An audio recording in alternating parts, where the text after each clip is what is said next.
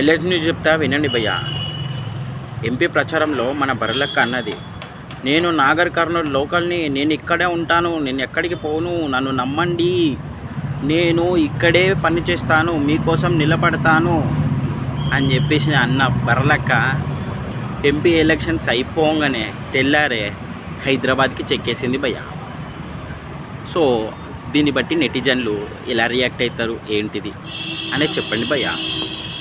తనని నమ్మి చాలామంది వాళ్ళు ఉన్నారు కదా, మా బర్రెలక్క అలా చెయ్యదు, మా బర్రెలక్క చాలా మంచిది, మా బర్రెలక్క ఏదో చేద్దామని వచ్చింది, ఆడపిల్ల అంత ధైర్యంతో వచ్చింది అని అన్నారు కదా భయ్య. ఇప్పుడు ఏమంటారు భయ్య, హైదరాబాద్కి వెళ్ళిపోయింది భయ్య, ఇంకేం చేస్తుంది భయ్య, ప్రజాసేవ. నమ్మండి భయ్య, సబ్స్క్రైబ్ చేయొచ్చు కదా.